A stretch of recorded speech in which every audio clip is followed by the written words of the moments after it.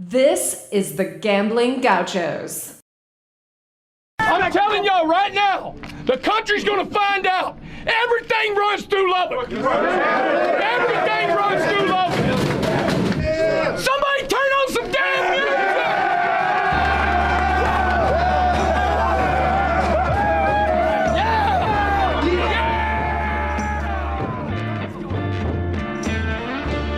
You're listening to the Gambling Gauchos. Talking Texas Tech, betting on the Big 12 and beyond.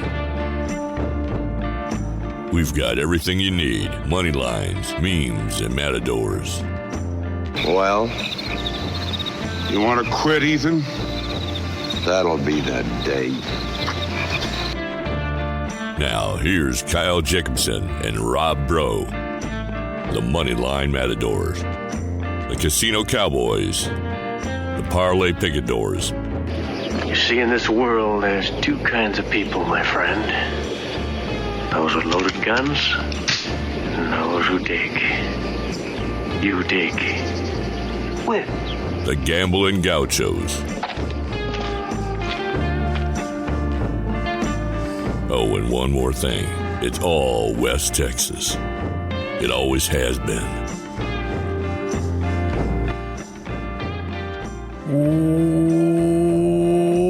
Welcome into the Gambling Gauchos. I'm Rob Bro. He's Kyle Jacobson.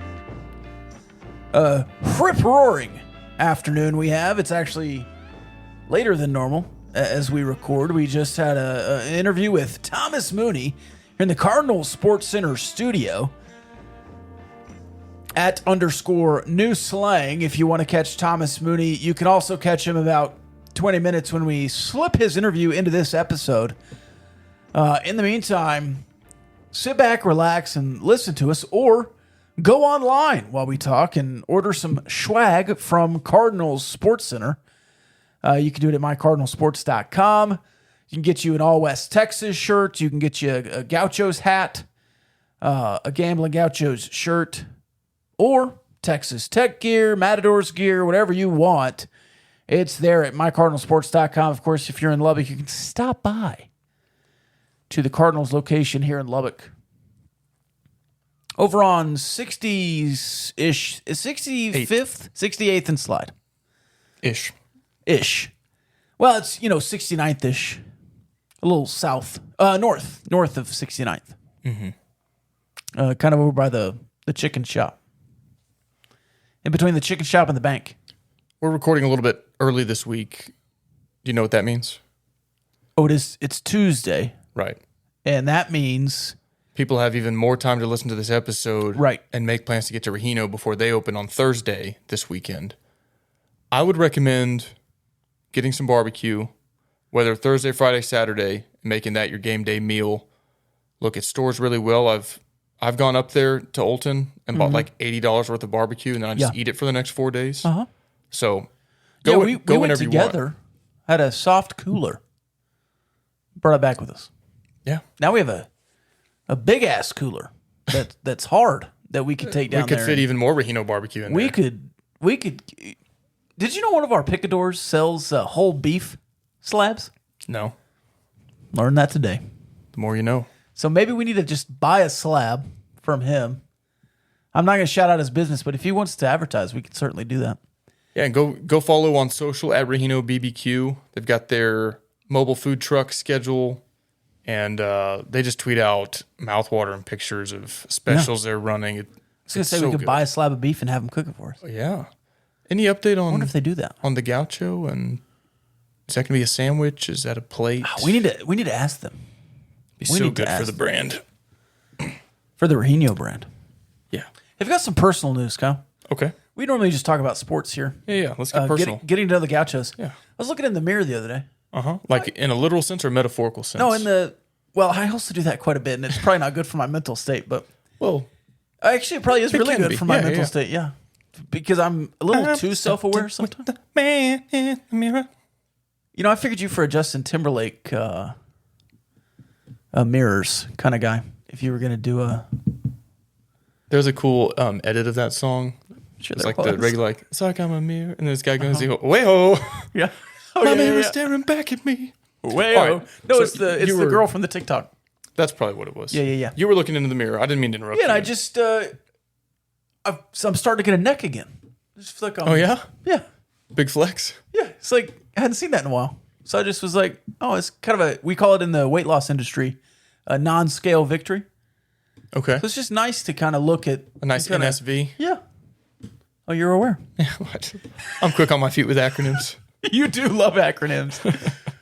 But I did just want to say we're also, if anybody wanted to get into it, another personal note, I don't know if you are doing it, but I'm doing Sober October, which I didn't really plan this, but I'm absolutely ripping off what Rogan and Bert and Tom are doing. Can I ask a clarifying question on Sober October? Yeah. Does that mean completely dry or just like you can't Yeah, dry. be in an altered state of mind? Dry, yeah. Because I really don't. I have one beer at a time. That's Right. like all I do. So I'd be disqualified. Yeah. Uh-huh. Okay. Well, I won't be doing Oh, Sober October then. you could do some elements of it. Because there's also a workout every day. I won't drink in between beers. How's that? Yeah. Okay. You're not drinking anymore. You're not drinking any less. Yeah. Yeah. I ain't But it's said that I a quit workout every drinking. day. It's a workout. Just trading in some whiskey for some beer. Right. It's a workout every day. Sober October. If anybody wants to partake, I'll join also you. have a I'll join you on the workout part. Okay. I don't have like a gym membership, but I'll do Sure. Set the number of push-ups, and I'll do I'm doing 100. 100 push-ups with you every day for October. Now Well, I today's do 'em in the a door third. frame, but- I'll catch. Or today's the fourth. Today's the 4th. I'll catch up. Okay. There you go. So I'll do them today, and then I'll have 300 more to catch up on that I'll phase in, and I'll do 100 push-ups a day with you. So if anybody wants to join, if you want to pick something you want to do every day in October, if you want to pick something to give up in October and stay sober from, it's kind of like the Gaucho's Lent, I guess, if you want to look at it that way. But it's something we can do together. I also have some other goals that I've set with the Picadors. If you want to be a Picador, you can join patreon.com/gambling gauchos. We are hot right now. On fire lately. People are just joining left and right. You do not want to miss out. It's not like we have a cap, but well, we might cap it at 100 or something. you should get in before we decide. Yeah, that we want a we've cap. gotten too big. Yeah, Because we didn't know how many were going to join. no, we had a low bar for ourselves. I think in that respect, Yeah, and then I think it'd be cool if 30 people were in it. when we launched it, probably the exact wrong time. Like I think the first Discord conversation I remember was during the conference baseball tournament. Yeah, And then you go into the off season after that. So it was like yeah. not It's a kinda great dead time all for like summer, a yeah. ton of sports discussion, but football's back and people are all in. Yeah, So it's absolutely. been heating up lately. Anyways, I've got a goal for the month that if I don't hit the goal, it can be a charity involvement as well. So if you set a goal for yourself and you hit it, you can make a donation, or if you don't hit it, you can make a bigger donation. Whatever you want to do, it's just, especially this time of year. Thanksgiving, getting into Thanksgiving, and then kind of Christmas. It's all focused on the holiday. And Absolutely. And I think if you start that early, it's even better. Well, I appreciate you inviting me to be part of that. Like I said, I'm probably not going to do Sober October, but I like this 100 push-ups a day with you, and I'll share for accountability purposes with the Parlay Picadors every single day when I've completed my 100 push-ups. And you give some push-up thoughts instead of the sauna thoughts. Yeah. Yeah, I'm gonna have to figure out a way. I'll be going to the. Unfortunately, Aaron Judge hit his 63rd home run tonight, or 62nd. He might have hit his 63rd by now. I don't know. I didn't watch the end of the game. I'll be at the game tomorrow, the final game of the year. And when I bought that ticket, like thousands of seats available, but maybe like a quarter full. But now that Aaron Judge is like making history tomorrow, it was packed tonight, and I'm sure it'll be packed tomorrow too. So it'll be a really, really fun playoff atmosphere, I hope. Even though he hit the 62nd today, which I think a lot of people were trying to see. if he hits the 63rd, 64th, 65th tomorrow, that last ball is going to be just as valuable because that's the new record number. Right. So should be a full house tomorrow to just witness a little more history. And it's the Yankees, and they always sell out. Good luck. I hope he hits number 63 to section 136 and or 64 to you. Yeah, absolutely. See if I can grab. Are you a glove guy? No, I'm a hat. If it's actually coming at me, I'll just pull my hat off, try to catch it with that. I was going to say I could stick a beer up there, but we just talked about sober October. Right, you won't have a beer in your hand. Right. Let me ask you this as a philosophical question to assess your character. To what extent are you willing to, like, look, you can either stay in your silo and, like, if the ball comes to you, you can, like, lean over. Mm-hmm. You can elbow somebody. You can run out of your seat into the aisle. How aggressive are you willing to get for a foul ball? For a foul ball, just any foul ball? Yeah. Not aggressive at all. I do not care. I'm not a foul ball guy. For Aaron Judge or for Josh Young home run. Ooh, Josh Young for his fifth home run of the season, or whatever it would be. Yeah, I would be a little more aggressive for that.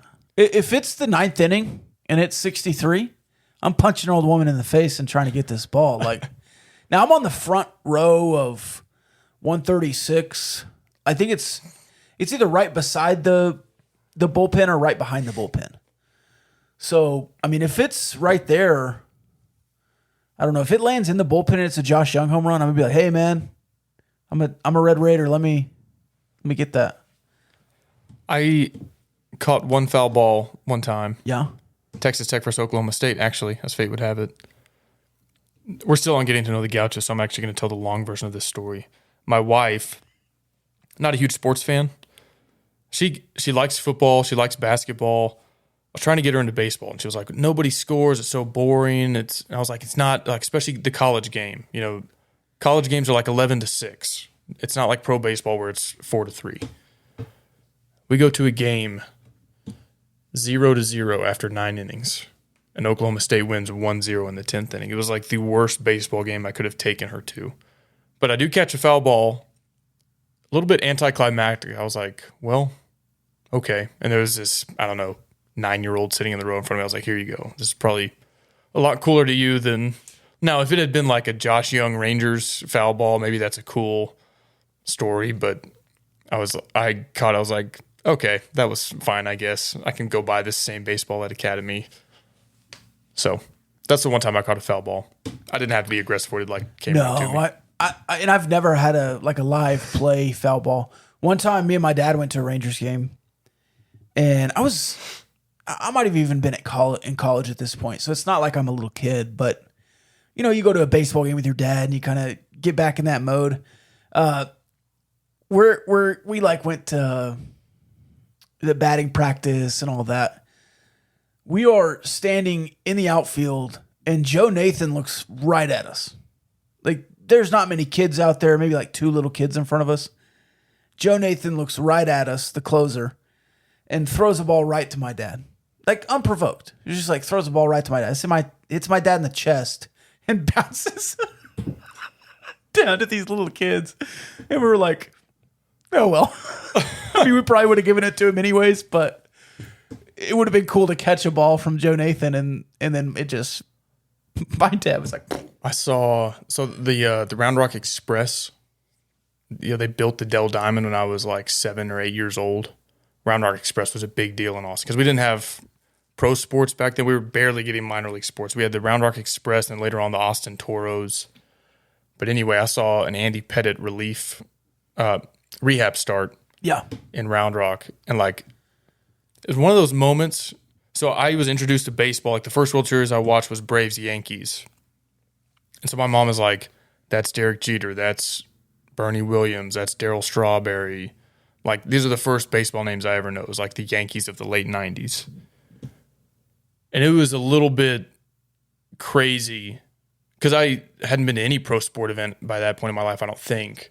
To see him walk up and down the tunnel, I was like, oh my God, it's Andy Pettit. I've seen his face on TV a million times, and he's 20 feet away from me right now. It was so strange to see a pro athlete in the flesh for the first time. I was like, oh my God, it's Andy Pettit wearing a Round Rock Express jersey. That's pretty awesome. Man, I wish Lubbock would have got a double-A team. I love Texas Tech baseball. I love going to Texas Tech baseball games. Those minor league games are something there. Have you been to Hodgetown? Not yet. You got to get out there, man. It's awesome. I drove to Midland to watch Yu Darvish and Mitch Moreland playing because they go to Frisco. Yeah. But Frisco is in Midland, and Yu Darvish was pitching, and Mitch Moreland was on a rehab. I know. Those rehab starts are so fun. Mitch Moreland's playing first. Yu Darvish is pitching. He only pitched like 2.5 innings. Exactly. That's the thing is like they're going to throw 30 pitches. Still. But it's like, oh my gosh, Yu Darvish is like on the mound against the Rockhounds. So good. Okay, there's a Texas Tech football game this week. Oklahoma State in Stillwater. They're ranked number 7, 4-0. Pretty big win, I thought, against Baylor last week. Spread right now is 9.5. Have you seen much of Oklahoma State this year? Do you have we'll get to our picks later. Yeah. But what's your kind of, I think the initial thought for most onlookers is, okay, Oklahoma State's a top 10 team. This is going to be your toughest game of the season. Do you have an alternate or additional takeaway? I agree. And I think that Oklahoma State's the best team you've played so far. But I don't know that they're the most tested team you've played so far. I think Texas certainly was a more tested team even 2 weeks ago. And I think in many respects, Kansas State was a more tested team, playing Missouri and Oklahoma and Tulane. Tulane kind of lost an inexplicable game and then won another one. So, man, is Oklahoma State the best team you've played yet? Yes. Are they just absolutely battle-tested? I mean, they played Baylor, but I was not impressed with any of their non-conference. I just wasn't. I think Arizona State was a dumpster fire. I mean, they're one of the worst teams in the Power 5, right? Yeah. So I think they've showed a lot of things. And I think in some respects, you just kind of have to say, well, they were good last year, so until they're not good, they're good. And I know they lost Jim Knowles, and I know they lost 5 or 6, really good players from that team, including a linebacker who's selling out jerseys left and right in Detroit. Have you seen this?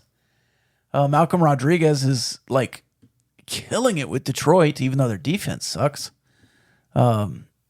Great offense. Hey, Detroit overs until Vegas resets it to 72.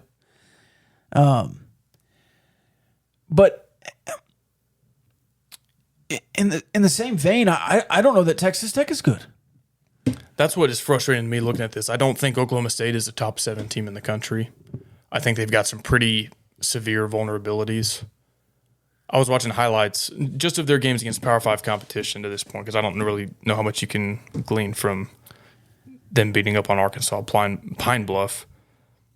Arizona State couldn't finish a drive. They only scored 17 points. Yeah. Gashing them up and down. The hash, the seams, like deep routes, 20 yards over the middle all day. And Baylor did a lot of the same. And you were able to do that against Texas?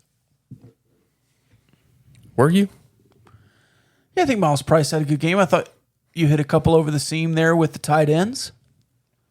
You hit Xavier White late against Kansas State. Yeah. Same respect. If you could exploit that, which I don't know if you have the offensive line protection and the consistency and accuracy from Donovan to do that, but that looks like it's open. They haven't run the ball terribly well.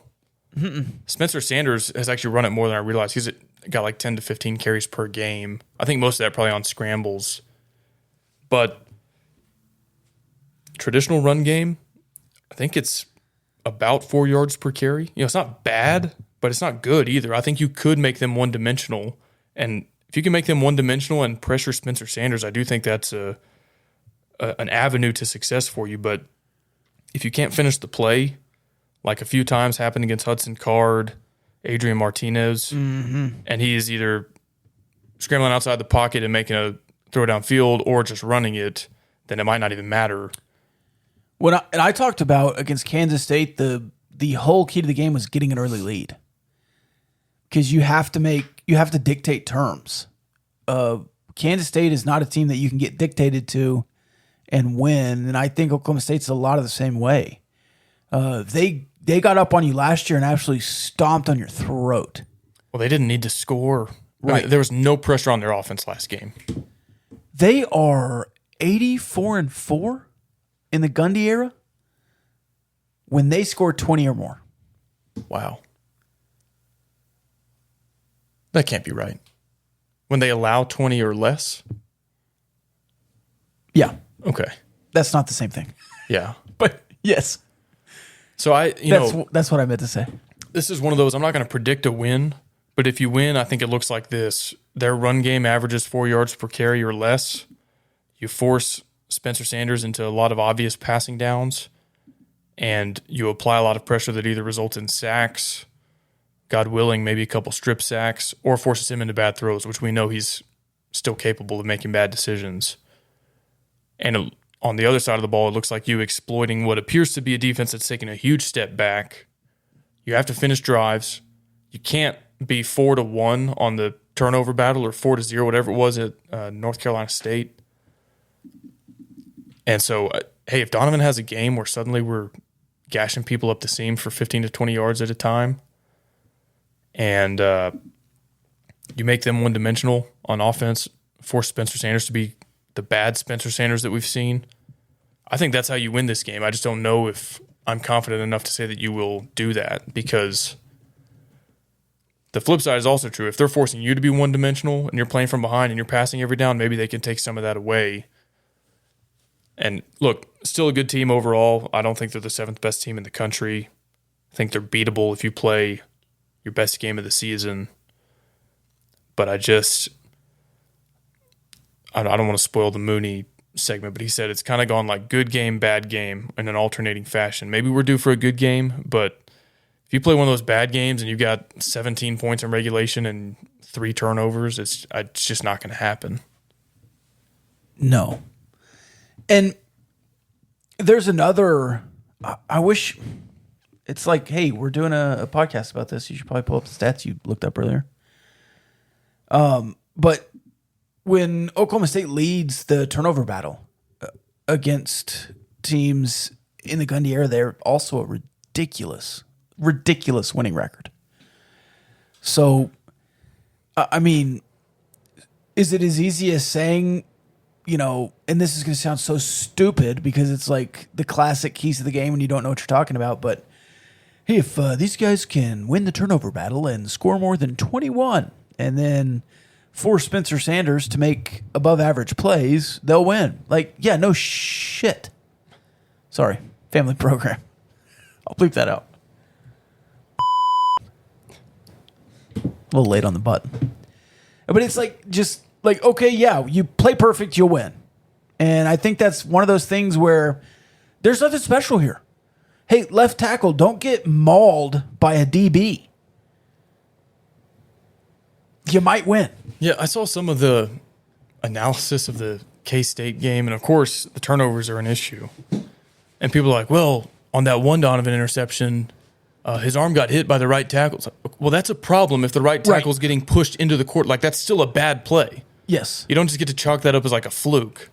It's like saying, oh, well, that interception doesn't count because it went right off the receiver's hands. Well, the receiver needs to catch the ball. And the quarterback should have some pocket awareness that the whole right side is collapsing. The right tackle is right in my face. Maybe I should shuffle my feet real quick before I let it fly. Right. So, yeah, I think Oklahoma State can be had. I just unfortunately don't think you're a team that is currently built to exploit it. But look, this team has proven over and over they could be competitive with anyone. And so even if you can't win, I would be disappointed if you're not in this game in the late third, early fourth quarter. Just like Kansas State, it was tied in the fourth quarter. And I know you wound up losing by 2 possessions, and that was after a score and an onside kick. But can we go through some road games? Yeah. Texas Tech and Stillwater. 2020. A wild game. 50-44. That's the onside kick game. Yeah, you had just taken the lead or tied it up. Mm-hmm. You took the lead. Go for a surprise onside, which they returned to the house. Miles Price had an untimely fumble. Mm-hmm. It just a lot of back and forth. That game was insane. 2018, 41-17 win. And you were, I think, 17-point underdogs. And The DeMarcus Felton game. you won by 24. 2016, 45-44. Missed extra point. 2014, 45-35.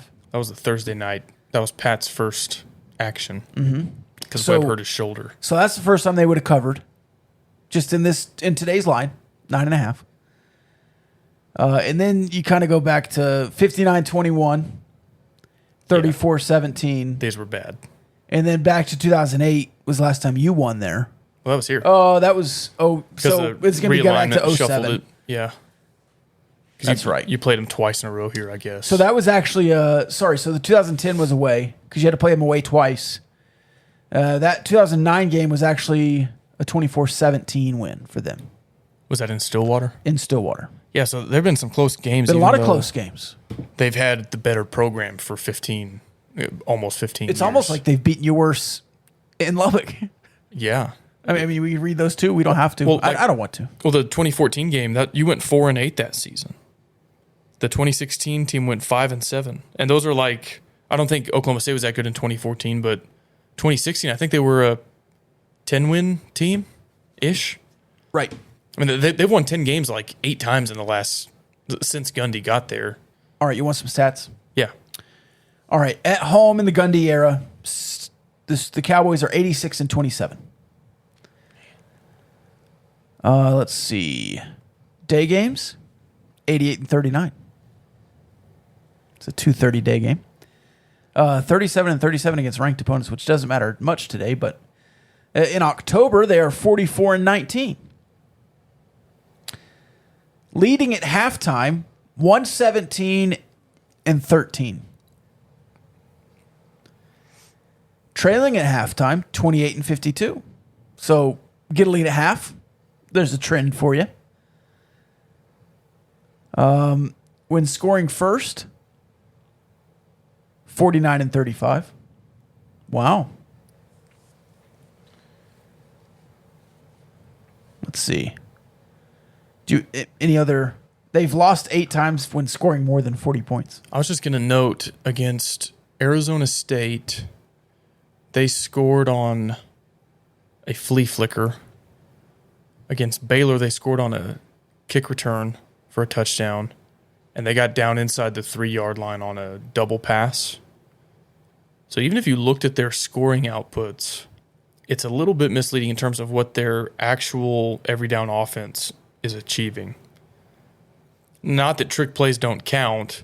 I'm just saying that it's not like an actual Spencer Sanders play that is leading to those scores. So like you basically have one touchdown, one inside the 3-yard line. I think they got a field goal versus Baylor. They were on like double pass, flea flickers, and then a kick return touchdown. So outside those 3 plays, how much have they scored against Power 5 competition? It's not it's not an insurmountable offense, is I guess what I'm getting at. Like they're putting up, I don't know, 28-ish points on their own before you get into the trick plays and special teams. So again, they can be had. You could play a game on defense where you hold them to 27 or 31. Yeah. And typically that would give your offense a shot. This offense has struggled, but I think that's where you need to play this game is like, okay, tell the defense, hey, don't give up more than 31 and let the offense do the rest. You'll have a shot. When scoring less than 20, they're 3-18. Well, yeah. So not won a lot of Big Ten games. So hold them under 20. But scoring 20 plus, they're 149-51. Scoring 30 plus, they're 127-27, and they've done that every game this year. Scored at least 30. But also, to finish that other point, that just means you have an even thinner margin for error on special teams. Like you can't give up a punt return, or it's the same as a turnover. It's like they can't start a drive on the 12-yard line like you let happen against NC State because of a muffed punt. That stat was even more. This is why I want to look it up. So when Oklahoma State gives up less than 20 points, I said what, 80-4 or something? Yeah. 73-0. They are undefeated when giving up less than 20 points. In the Gundy era? In the Gundy era. That is pretty amazing. There's also some, I don't know how much correlation there is here, but when an opponent passes for less than 200 yards, they're big-time favorites. When they gain less than 300 yards, they're 7-13, which it's pretty crazy. They've only done that 20 times in the Gundy area. He's been there 18 years. But there's not really a correlation or anything else. They have a winning record when they trail time of possession. They have a winning record when they lead time of possession. He pretty much has a winning record in everything. If the opponent third down percentage is 50% plus, they're 19-24. Win the turnover battle, they're 81-11, and then commit no turnovers, they're 44-4. So again, force a turnover, right? Hold them to less than 30. It'd be a great week to start the take 3. It would be awesome. Spencer Sanders, man. I mean, if they score 28 and give up 3 turnovers, do you win? Yeah. Yeah, I absolutely. think so too. Because think about it, they're probably going to get maybe 10 or 11 possessions. Well, surely you're scoring off those turnovers. Well, I hope you haven't really done That's that the point. lately. I want to talk a little bit about, is this game a rivalry? I'll start really high level and say that anyone who's insisting that a game is not a rivalry is kind of lame to me.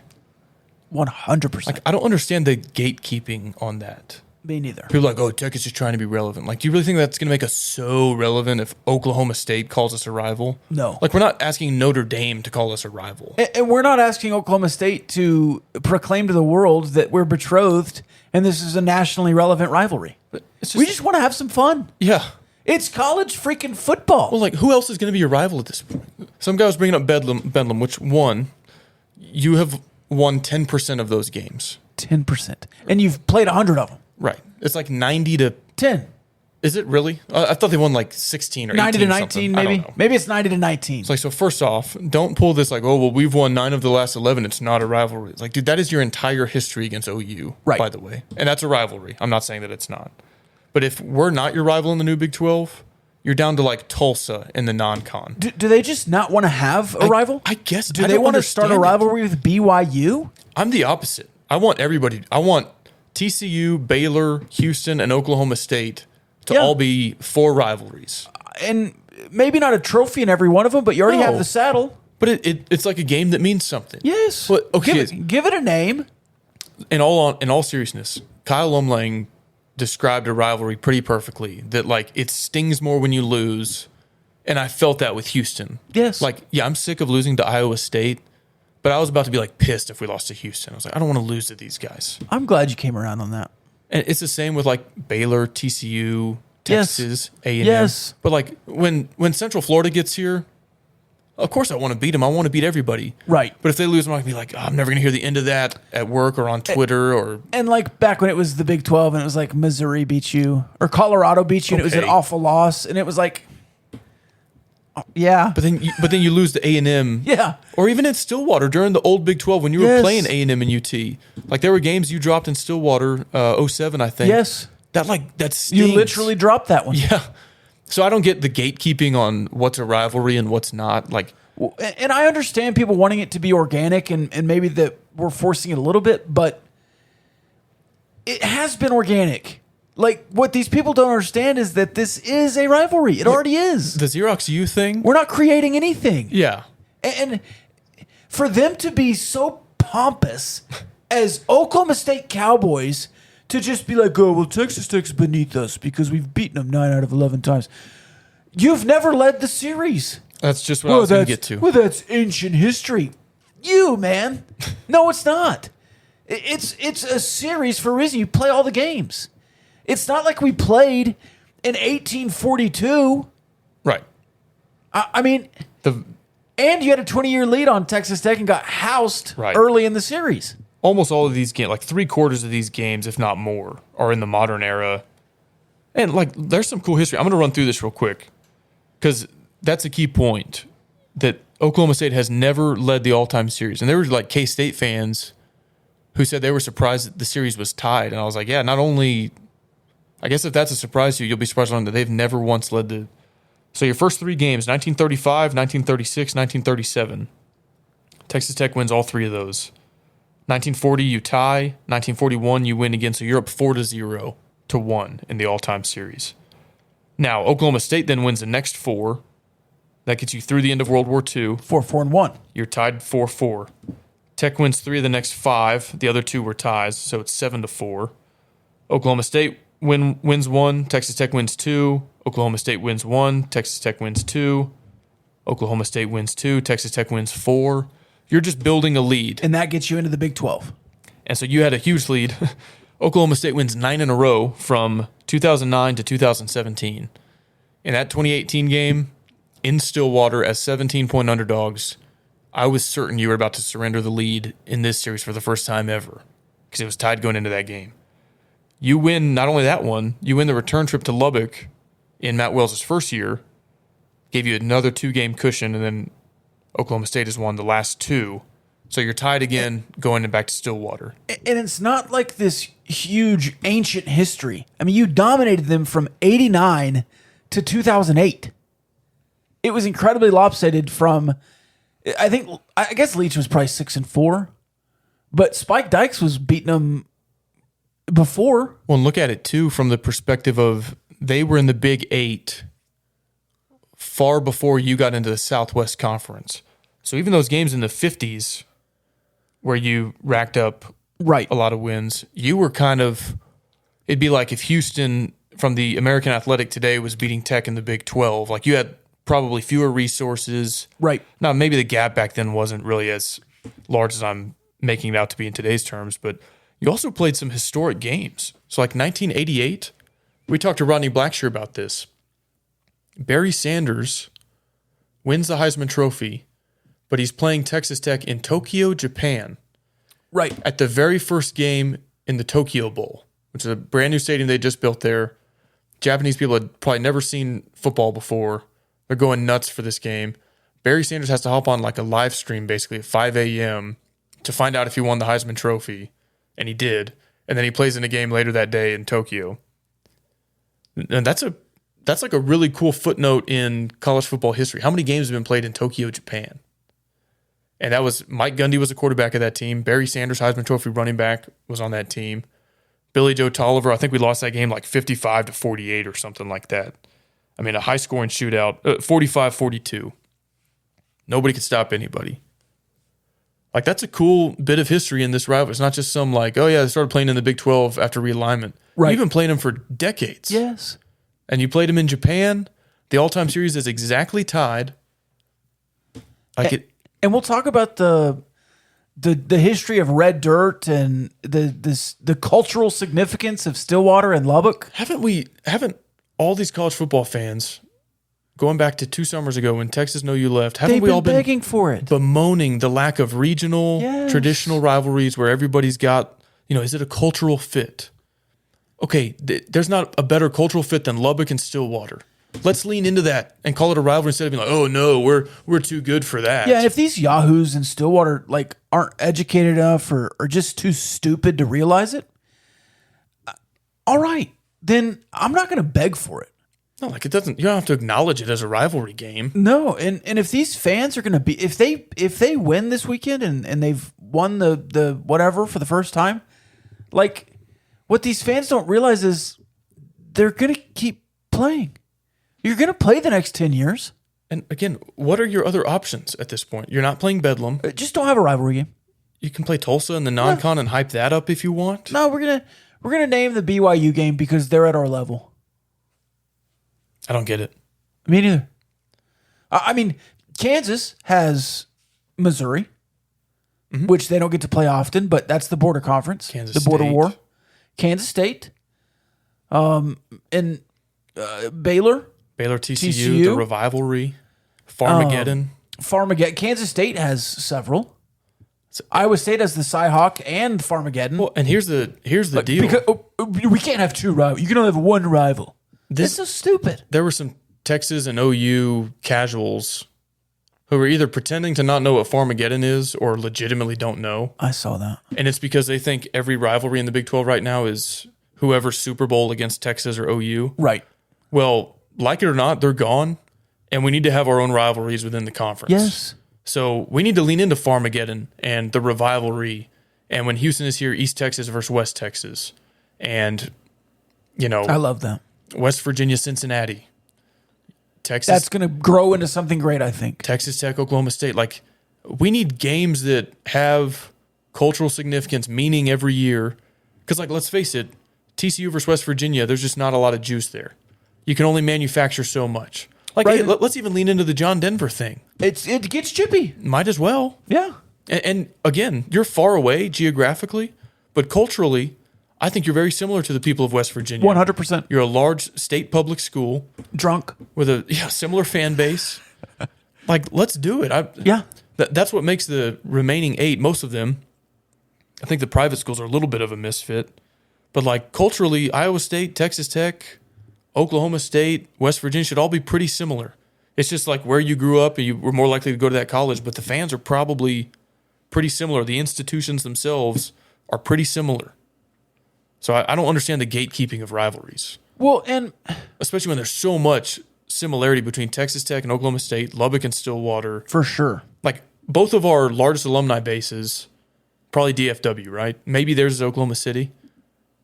But a lot of kids in DFW, when they go off to college, are probably deciding between Tech and Oklahoma State.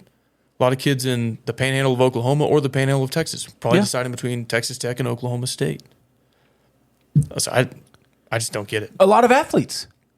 You are absolutely recruiting heated battles in basketball and football and baseball, for that matter. And we let a lot of guys get away. James Washington. This also bugs me.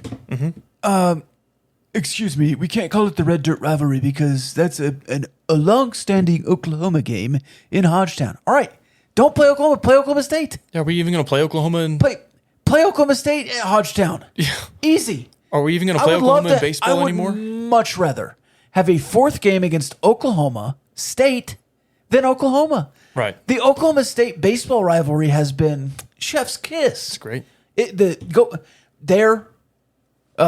had some drama there this year. It was the first time you ever went down there. You obviously had the super regional moment.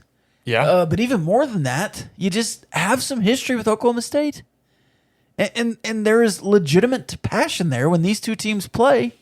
But Joe Schmo fan base is like, Texas Tech's not a rivalry because we've beaten them in football a lot. And they don't have wrestling. Shut up. Well, they're I think Baylor is more of our primary rival. No, you've just played important games against Baylor lately. They're just a dumb fan base, I guess. They don't understand it. Baylor is never going to look at you the same way they look at TCU as their primary rival.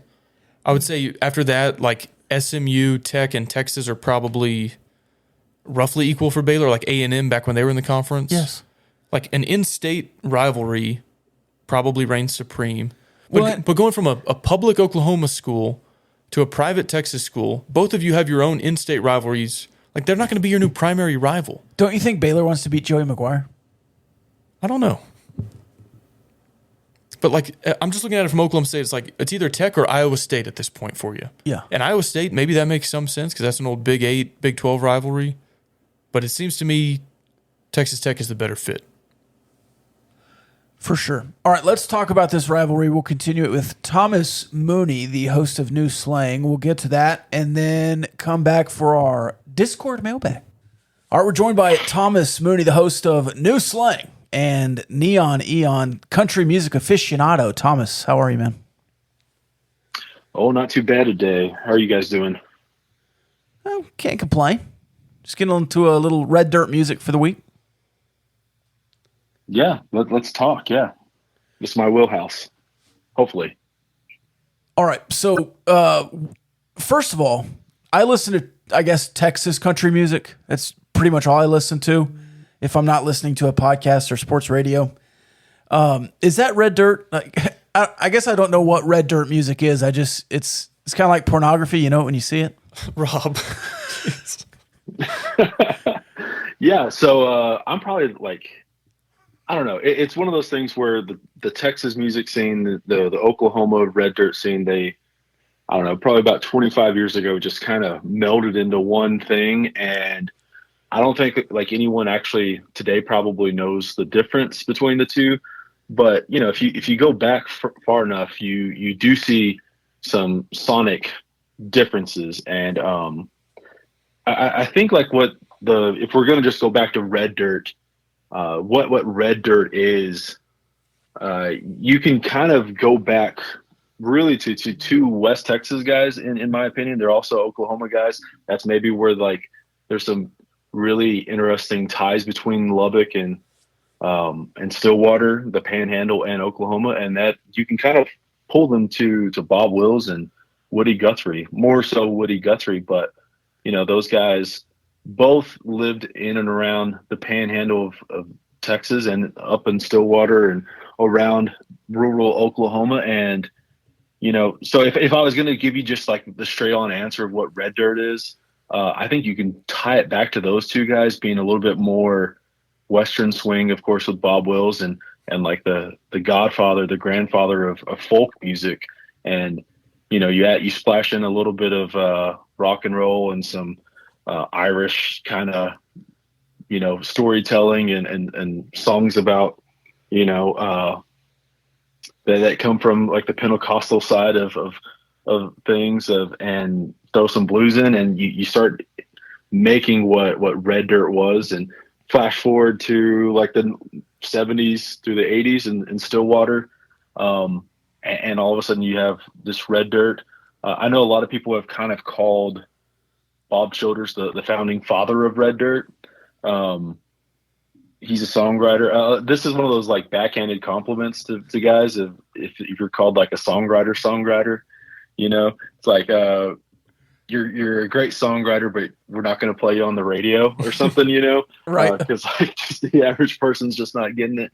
But yeah, I know I'm rambling here, but I think like the main distinctions, like the differences between Texas has maybe been a little bit more of a stuff that they would play on the radio. And while Red Dirt, like true Red Dirt was more maybe of the Oklahoma version of NPR, whatever they're playing up there on NPR stuff.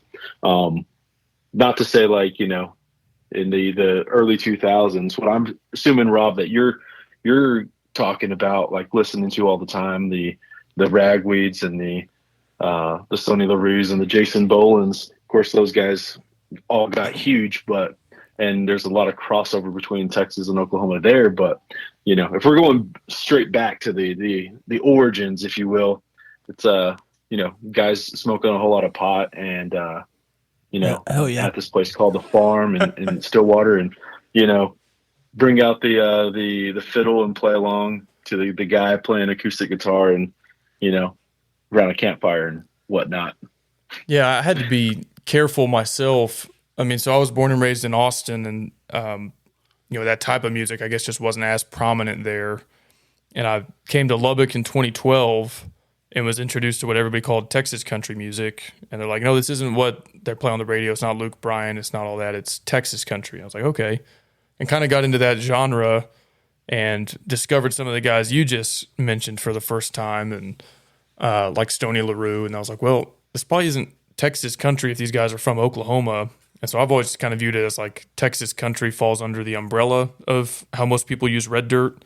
But Red Dirt also includes guys from Oklahoma or maybe even like Kansas, and just kind of from that region that are doing more alternative country than what you would find coming out of Nashville, just in this region of the world, but not necessarily from Texas. So that's when I kind of started to learn like the difference between some of the Oklahoma musicians versus the Texas musicians. And it's kind of cool too. Like I go back to 2013 and I saw Cody Johnson at, why am I blanking on the name? Not Chances Are, the other one, Wild West.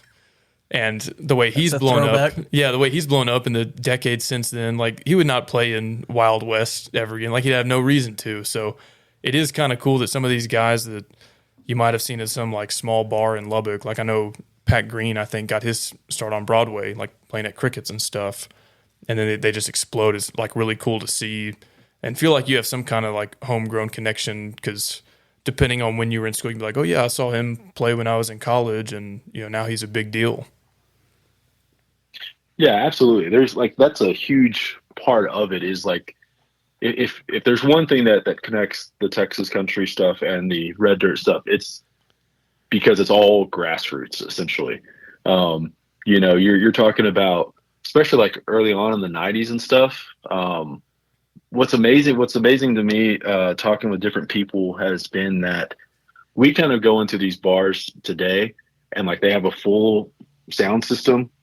If they have a stage, like there's a board there and like you're going to guarantee that there's great sound. That's not necessarily how it was back in the 90s. Like even talking with someone like Wade Bowen, he's talked about how, one of the things that kind of got him further along in his career more than anything else was that he was able to afford a PA system and, set up at like when you're going to a place like Crickets or like even at Blue Light, I think they had to set up their own stuff and have like their own sound to run in the very, very early days because it just like the infrastructure wasn't there. And so, yeah, long story short, yeah, it's amazing to see how much all of this scene has exploded, but it's also amazing to see the guys that you saw, in a place that you just are never going to see them ever again because they've just exploded as well as far as their careers go. Yeah. And, the reason we're talking about all this is, of course, Texas Tech versus Oklahoma State this weekend, huge football game. And Rob and I, we talked about conference realignment all summer and even last summer when Texas and OU left for the SEC. And one of the things that we've kind of bemoaned as traditionalists of college football is that you're losing some of these really historic regional rivalries, and talk about cultural fits when it comes to new conference members. And so, we've lost rivalries like Oklahoma, Nebraska, and Texas A&M, Texas Tech. And to me, what makes those rivalries special is you probably have people in your family that went to both schools, or depending on where you came from high school, half your friends went off to one school, half your friends went off to the other. And, you just lose some of that as the conferences get less regional, more national. And so, to me, it's kind of weird that BYU is about to be in a conference with a giant public commuter school in Orlando. There's not a lot of cultural overlap there, but, it is what it is. But I really cherish that about Texas Tech, Oklahoma State, is they're incredibly similar institutions, fan bases.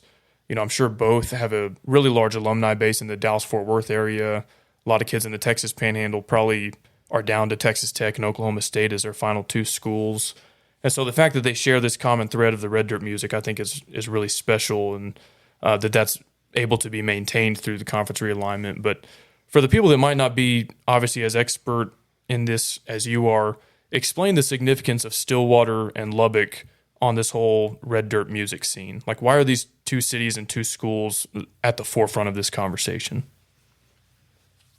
Yeah, so I think when you look at music in general, if we're going to just make a macro, commentary on music in America, all music genres are based off of regionalism, and that's if you look at Appalachian music, if you look at Mississippi Delta blues, if you're looking at rock and roll, you just know where somebody sounds like, where someone's from based off of what they sound like, even on an accent level. So that very much is the same case with music. And so when you zoom in on Stillwater, yeah, they have a very distinct sound. The same thing with Lubbock. In some respects, it has to do with isolation. Sometimes it has to do with there not being anything. I know a lot of the Lubbock guys, not just the guys that are around our age, but especially guys like Buddy Holly's age. Way back then, there was nothing to do. Throwing the point that Lubbock was a dry county forever. Yeah, all there is to do is play music and go find beer, and then all of a sudden you end up just hanging out with people that are within the same mindset, and you're just sharing the same music, and you're influencing each other in a way that maybe you don't even realize. And that's what you would call developing a sound. And somehow that's simultaneously happening in Lubbock or in Stillwater.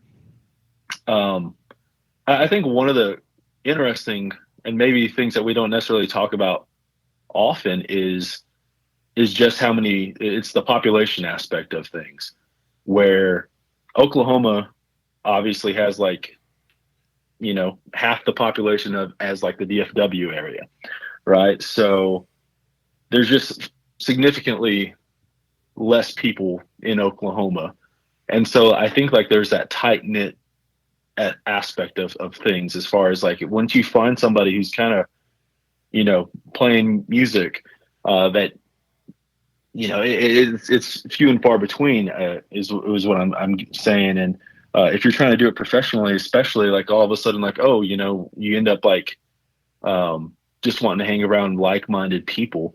And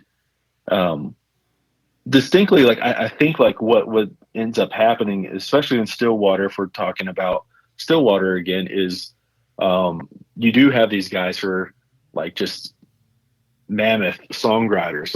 Like I said before, like Bob Childers, and even guys. What I'm talking about, I guess, is guys who aren't necessarily household names. Like, for example, a guy by the name of Tom Skinner. Maybe his biggest, I guess, factoid, note on him is that for the longest time, or not for the longest time, but for a while he was playing with a guy by the name of Garth Brooks playing bass. And when he was up in Stillwater going to school. But a guy like Tom Skinner stays around Stillwater and is like just becomes part of the fabric of that sound, that distinctness.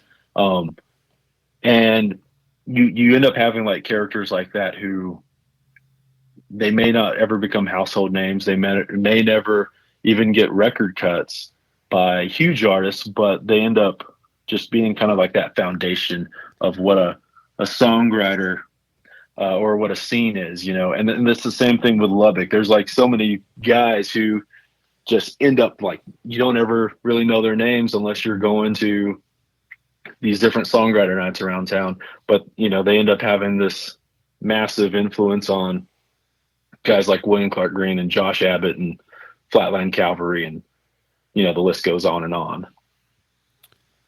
Is Garth Brooks red dirt?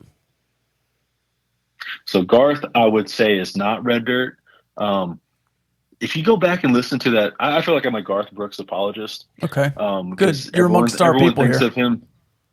Everyone thinks of him just like smashing guitars and being the rock star.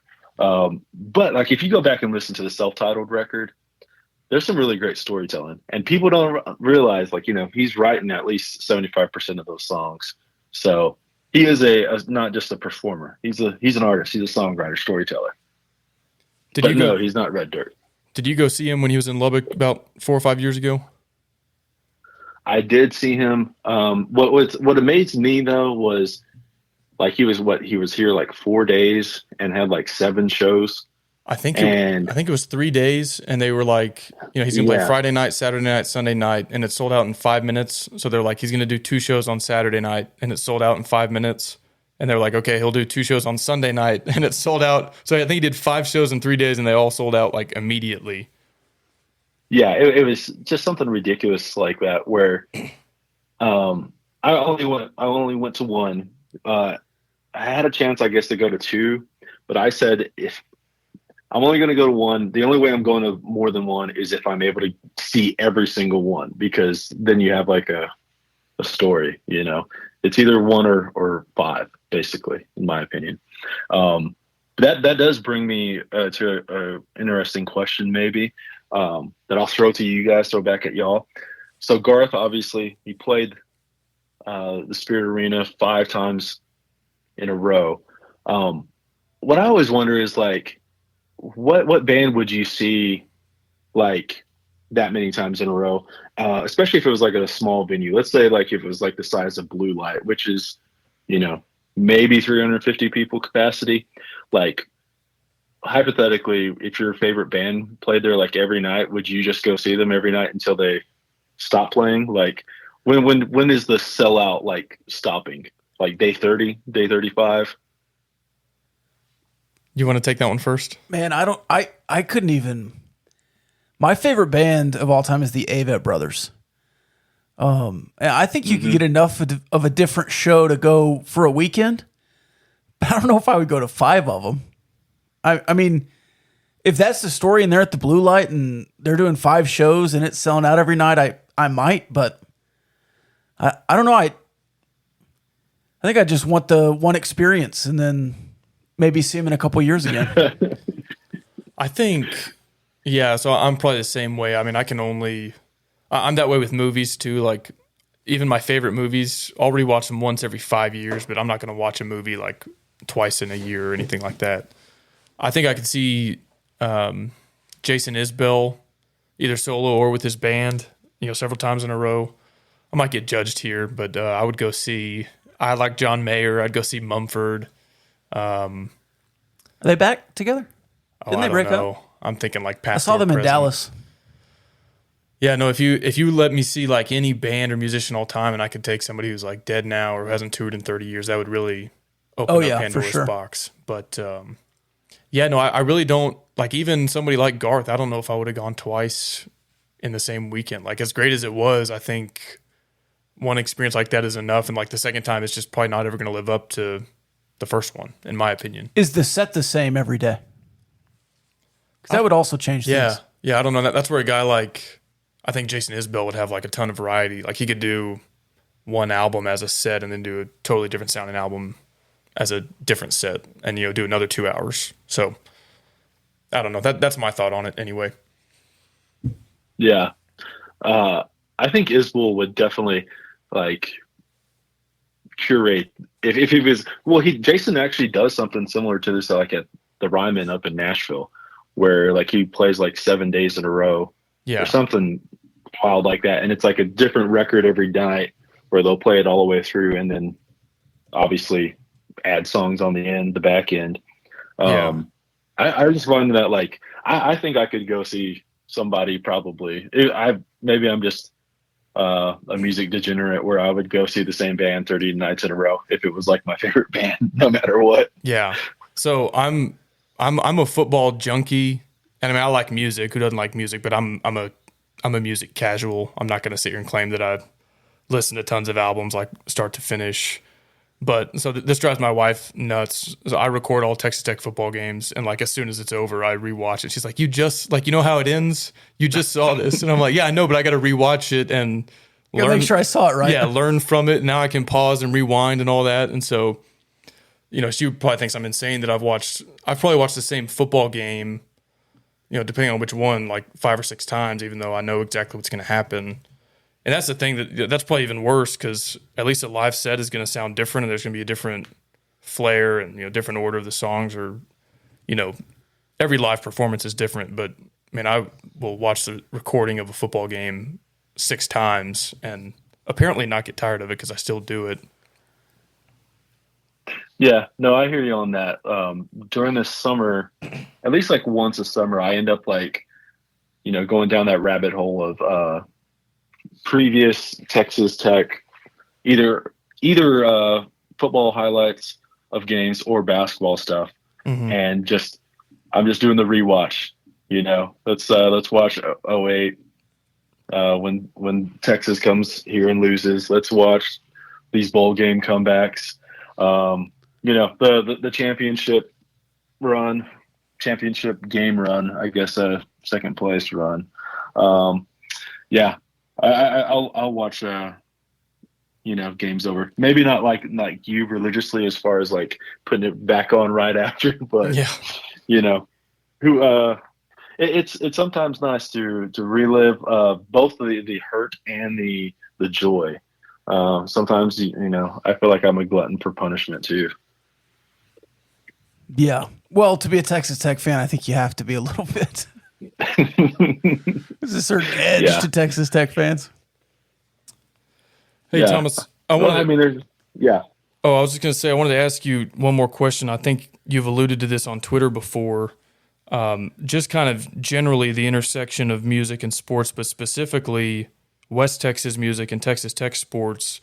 And, you've noticed accounts like ours, like we we tweet about there being West Texas in our eye, all the time. That's just kind of become like a really common phrase for West Texans and Red Raiders to use when they're, denying being choked up about anything. But I think you cited other examples, and it seems like Texas Tech specifically and its fans have really embraced using musical references like that from our region and incorporating it into the sports world. And so as a guy that can, kind of follows and can speak to both, just kind of wanted you to expand on that, because I've seen you allude to it on Twitter, but obviously you're really limited by character count and everything. But I think that's a cool phenomenon that I wanted to get your thoughts on.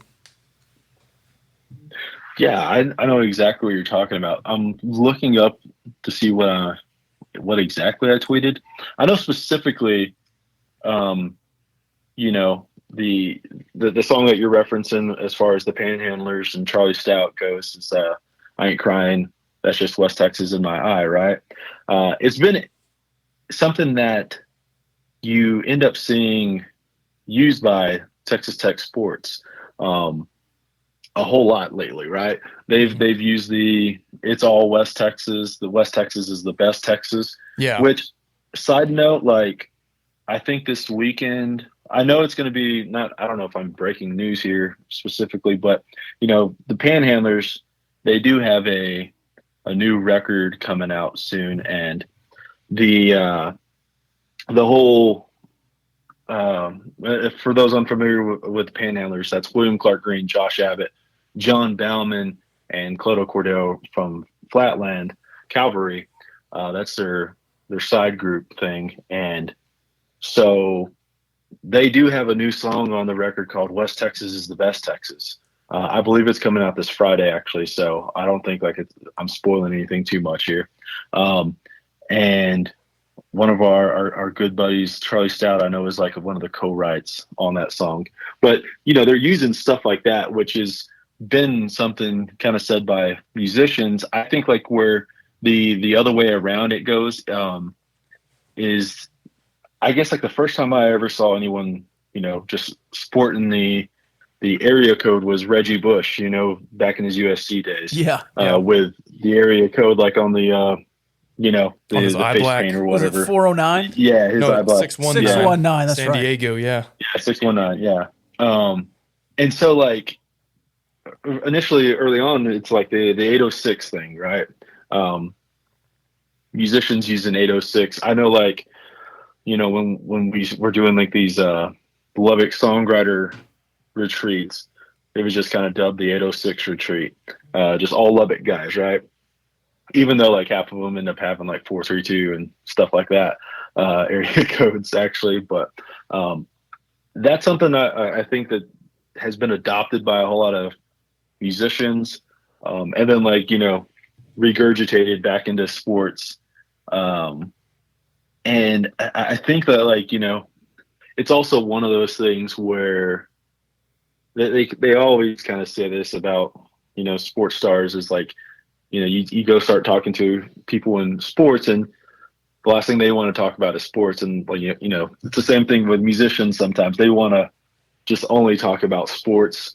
When, if you're a sports star, you're probably wanting to be a rock star actually. So I think like, there's a lot of exchange right there, a lot of common ground, if you will. And then, I think like if you're just from West Texas, you're just kind of cut from a different cloth in many respects.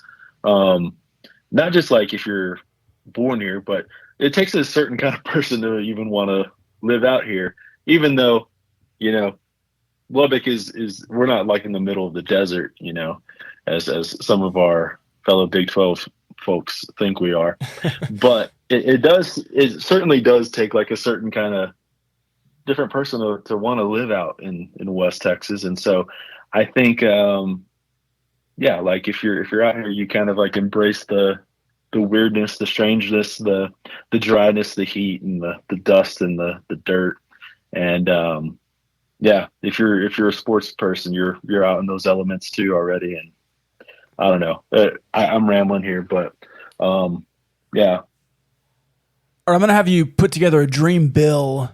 Let's say it's 2025. The Red Dirt rivalry is in year 2 or 3. I think the Dust Bowl is going to win the Whatever. the poll. Call it the Dust Bowl. We're going to put dirt in the concession food, whatever. It's going to be 10-cent tickets. So it's the Dust Bowl, it's whatever. All right, let's say you play the game at 2:30 and have a concert that night afterwards, either on the field or around Lubbock. Let's put a dream bill together for Lubbock and a dream bill together for Stillwater. Maybe after the game in 25 and then in 26 in the return trip. Yeah. So for starters, I'm team Dust Bowl as well. Just get that out there. I think it's just, I don't know, it's just kind of perfect in my opinion. All right. So if we're doing Lubbock first, we're making it a weekend. It's going to be it's like the Texas Fair, man. It's like the Red River rivalry. I want to make it a whole weekend. Yeah. Yeah. Well, I mean, we got to, let's see here. I would say we kind of have to start out with, are we going to bring the big question, I guess, is like, are we going to dream big and somehow get the artist formerly known as the Dixie Chicks, just known as the Chicks now? Are they playing, with the Lubbock ties here? For some reason, let's just say we are. Let's say we can get them. I would say absolutely. You have the Chicks headlining, and then you have Amanda Shires playing. You have the Panhandlers playing, and you bring in a whole lot of guests. Like you get Randall King's being a big Nashville star these days. We bring in Wade Bowen. He's he's playing the big stage. We got Red Shahan playing down at Blue Light, to end the night, like that kind of thing. I'm trying to think of who else we would get here. I would say that's a pretty good start. If we're going to throw in some up and comers, we end up getting Slade Coulter and Grant Gilbert. I know I don't know if it's I think it is football stuff. People have been playing Grant Gilbert's stuff. I don't know if you the guys Hub know City who Grant Shakedown is. Yeah, the Hub City Shakedown. That's been giant. Yeah, if we're going back to Stillwater, I mean, I think you have to start out with we have a Cross Canadian Ragweed reunion show, and right underneath that another reunion show, The Great Divide, and then you have Sonny LaRue, and yeah, I don't know. The thing is, I hesitate to throw in Turnpike on this because I know the majority of those guys are OU guys. So I don't know if we necessarily, throw them in on the Stillwater thing, even though they would definitely play. They would play if you asked. But if we're going to just keep it to Okie State, I say the biggest show possible as far as the reunions go, a Ragweed show is the last of the big ones to come back. So if we're just dreaming here, I would say that's how I'd go. Maybe you get Garth Brooks too. Maybe Garth comes in and he plays his Red Dirt set. So yeah, the Red Dirt set. What's the bar there? The Smoking Willies or whatever that he started at that's always on Twitter? I can't think of it now. No, I'm not actually sure on that. Yeah. Whatever it is. No free ads. Do you think a weekend like that could work? I mean, obviously, if you had a concert like that, people would show up, especially in Lubbock and Stillwater and make it a whole thing. But logistically, if you're having it, I don't know, is it too big for Stillwater? Is it too big for Lubbock? And would you do it on a Friday night? Would you do it on a Saturday? I just don't know how you would work all that out. Yeah. See, the thing is it's the problem I see in any of that is any of our big shows here. If you look at something like Jab Fest, it's always on the bye week. It's always on the away game where they'll have something huge here. So, and I think that's in part just because they kind of know, oh, you got a home game. We can literally book us three playing music at whatever venue, and it's probably going to sell out.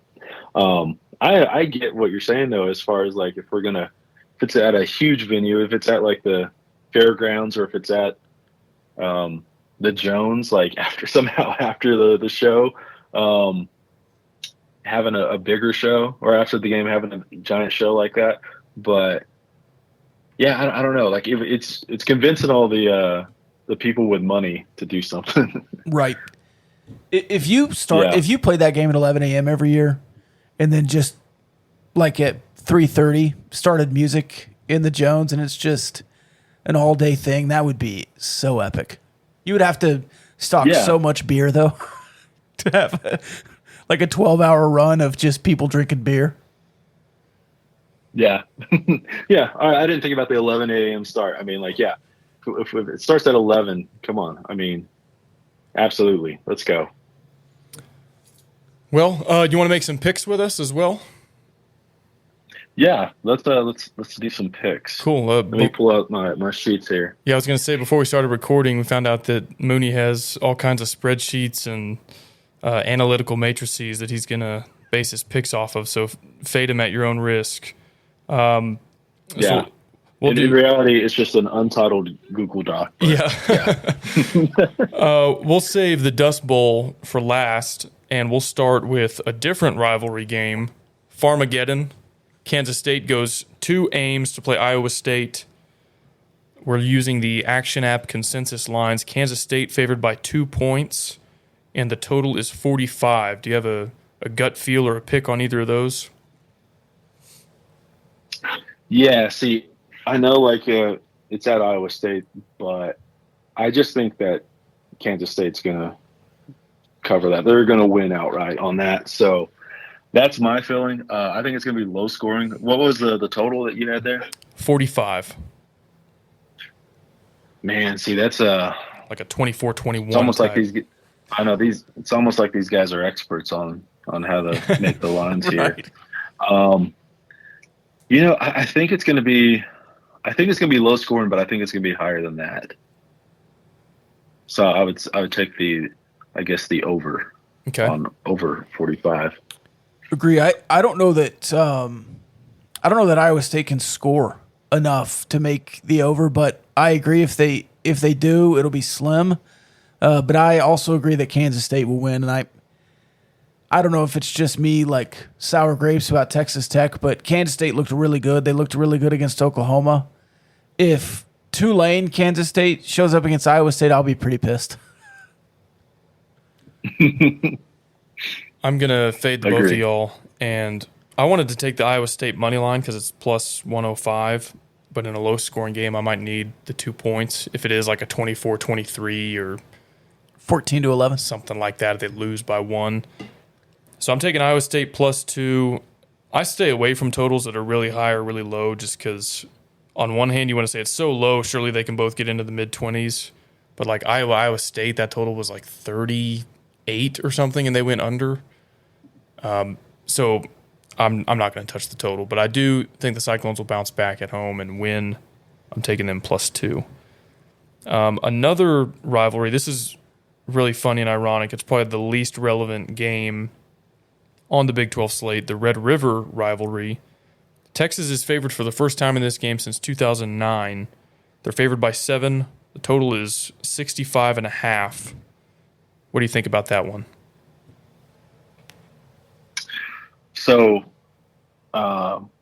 even though, like, you know, I'm a Texas hater, I do think that they're legit good this year, even though, like, we love to pile on. I think, like, OU is just reeling. I think Texas, I mean, hell, they may score 65 themselves. I'm kind of joking. I don't know if they will or not.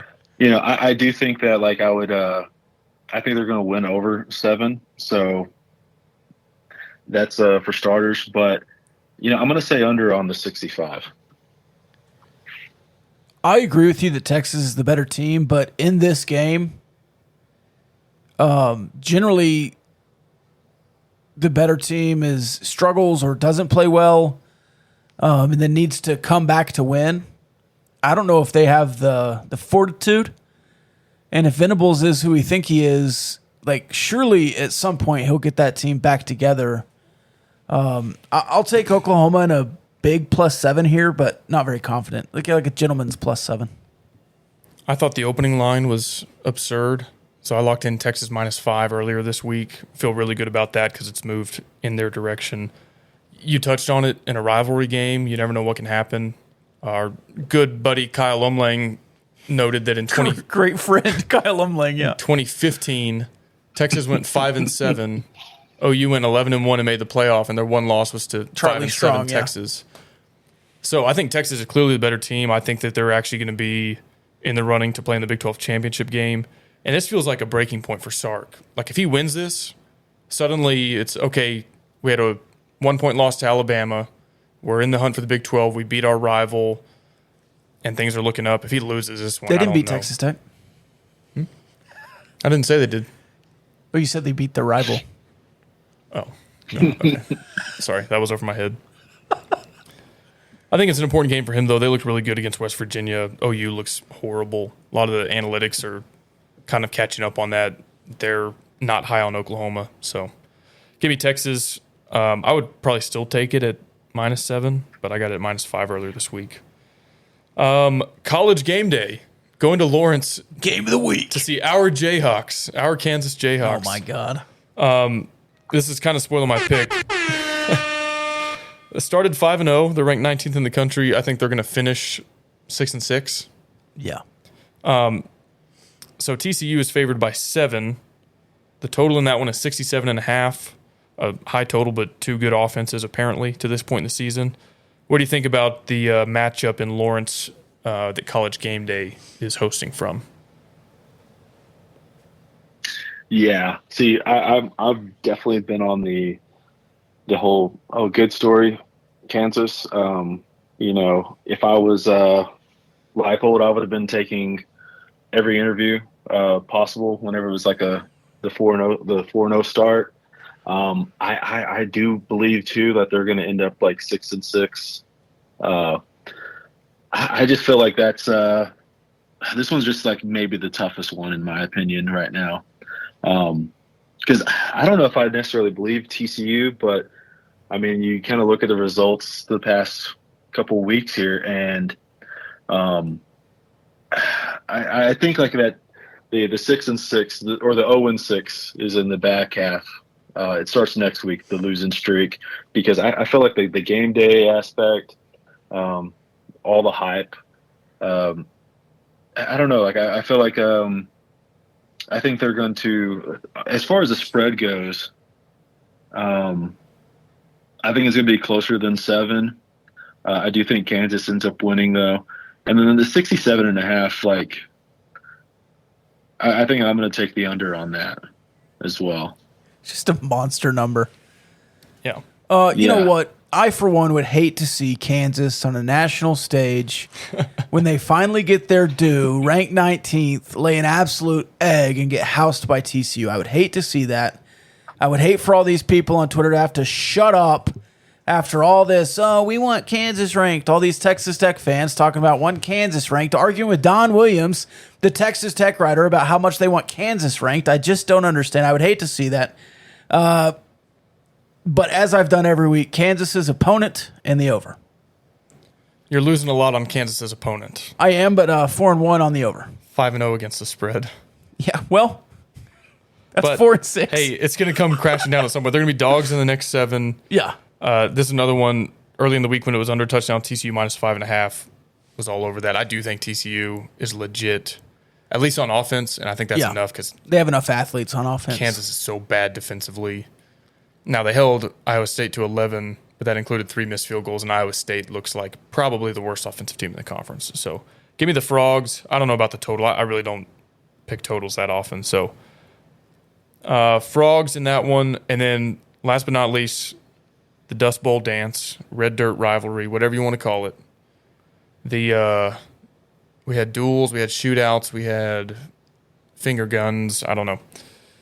Whatever you want to call it, Texas Tech goes to Stillwater to play number 7 Oklahoma State, down to a 9.5-point underdog when they opened at, was it 10.5 at Circa?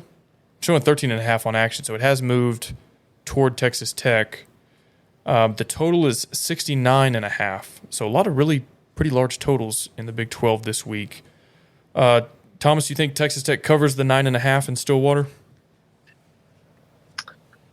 So I'm of the belief that Donovan Smith has like good game, bad game, good game, bad game, good game.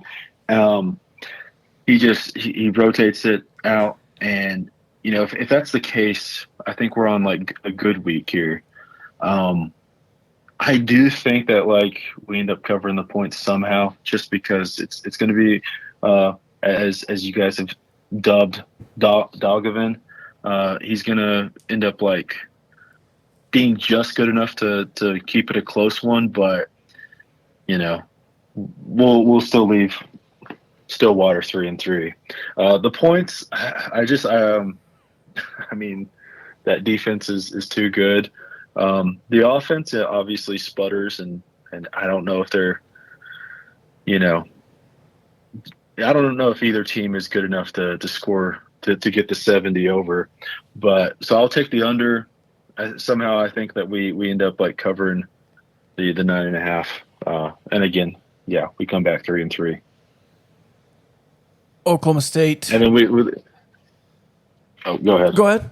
Then we what? Oh, all I was going to say, I was just going to add Donovan having a good game. And then, of course, everyone's least favorite conversation. Do we have a quarterback controversy coming out of Stillwater? And then we have to do that all the bye week. Yeah. Not looking forward Sorry to to bring that up, yeah. That's all right. We've already been having it, so I'll go Oklahoma State, and I'll take the under. I'm with both of y'all. If the over hits, then we're having a great day offensively, I think. Yeah. I mean, Oklahoma State, I don't think it's good enough offensively, and you're not bad enough defensively to give up enough of that total on your own. Surely you're better than Arizona State, right? Yeah.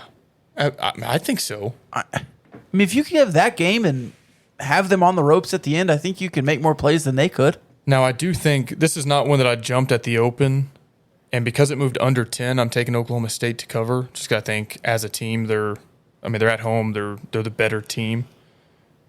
If it had stayed at 10.5, that might have been just enough. Like I think my final score prediction might be about a 10-point game. So I'm leaning Oklahoma State. I'm less confident in that than I am in the under. That total would be like a 40-30 type game, and that's not what you've played so far this season, except when it goes to overtime. But right, are you going to play your third overtime game this season? So I like the under a lot. Hey, I hope you're playing in overtime. 2-0. Sign me up for that. You'd cover. Well, I guess you can have a pick six. Yeah. So all three of us are on Oklahoma State in the under, right? No, Mooney covered. Oh, okay. Okay. All right. He's the true Red Raider here. So this one is bound to go like 52-48. Yeah. For the total. Okay. Right. Cool. Oh no, he picked under. Hey, I thought you meant. I know. Yeah, we all picked under. Yeah. Well, see what I'm seeing here is, more Morton at tight end, and we end up like, having some kind of reverse tight end play where he throws the ball to Donovan, who leaked out, and that's how we end up scoring like more points. We end up like somehow our special teams end up playing well enough to cover. I'm just joking here because that's clearly we're not special teams you, and we're not gadget play you just yet. So that's the only way I can see us ever really keeping up with guys with right now is if we, we end up being like the fourth down and somehow we create some special teams stuff that we just do obviously consistently do not do. That is something I was going to bring up today is just emptying the playbook. You kind of have to. This is your last huge game unless Kansas continues winning, unless TCU's undefeated when you play them in Fort Worth. This is like your last huge game on the road. Your next two games, maybe Baylor, Oklahoma at the end. Who knows what Oklahoma's going to be. This is a spot early in the season where you can create some momentum. I'd do everything. And to your point, if Baron Morton throws a Philly special touchdown to Donovan Smith, my head might explode. I don't know what I could do to that. Yeah. Hey, I was going to ask you guys this was, when did Kansas City play? Sunday night? We saw the old, like they're on like the 2 yard line, and Mahomes is in shotgun, and we have like the backup tight end motioning across, gets under center and dives. I'm not saying like Mason Tharp can squat down that low or anything like that, but why aren't we running like our tight ends like that? If our tight ends are so giant and huge, and we're not wanting to put, our quarterbacks under center, I feel like that's like a great play to just steal right there as far as goal line goes. Well, so Rob and I might actually be taking things a step or two further than you, because we were drawing up Wildcat packages for Jalen Hutchings, who played running back in high school, and like surely that guy, you direct snap it, he can move the pile 1 yard, right? When you need 4th and goal or 4th and 1, or just put him at fullback and hand it off for 2 yards. Yeah, either way, I want to see Jalen Hutchings tote the rock. That's all I'm saying. Even if it doesn't work, I'll be so entertained that I'll just tip my hat and move on. The Forney Flame, Jalen Hutchings, yeah. They're the Jackrabbits, and he's, for a 295-pound man, he moves like a jackrabbit. He's pretty fleet of foot for a guy that size. So that's what I would like to see down in the red zone and short yardage situations. Yeah, I'm all here for it. We got to try some stuff like that. All for it. Yeah. All right, Thomas, tell us where they can find you on social media, and maybe if you want to plug your book or your podcast, do whatever you want, man. Yeah. You guys can find me on like all the social stuff at _New Slang. As Rob just said, last year around this time, I released a book called The Lubbock Way. It's about 25 to 27 chapters, I guess, about 25 nights, weekends here in Lubbock. Back around 2015 to 2017, stories about William Clark Green and Flatland Cavalry and a bunch of folks like that, I don't know, maybe you guys will find entertaining. And anyways, thanks for having me on. Yeah, we really appreciate you joining us. Like we said at the intro, just kind of wanted to take a unique look at this game, given the red dirt music scene in both towns, and I really appreciate your insight and making some picks with us, and hopefully some of them, at least half of them or so, are correct on Saturday. I was going to play red dirt or not red dirt with country music artists, but I got the Garth Brooks one in there, so I won't make you go through a bunch of them. Well, what I was going to throw out, maybe this is for the Twitter poll or a Twitter just Q&A, is which musician makes like the best, football player or basketball player? Who do you guys have? I will have to think on that too, so I don't have really an answer. So maybe we just throw that on Twitter. That's a good question. Hey, we're going to close out this episode with a song. What's your favorite song that either references Oklahoma or Stillwater? Yeah, let's see here. Oklahoma. Well, let's see. Are we going to go some show tunes? No, I'm just kidding. Not. Yeah.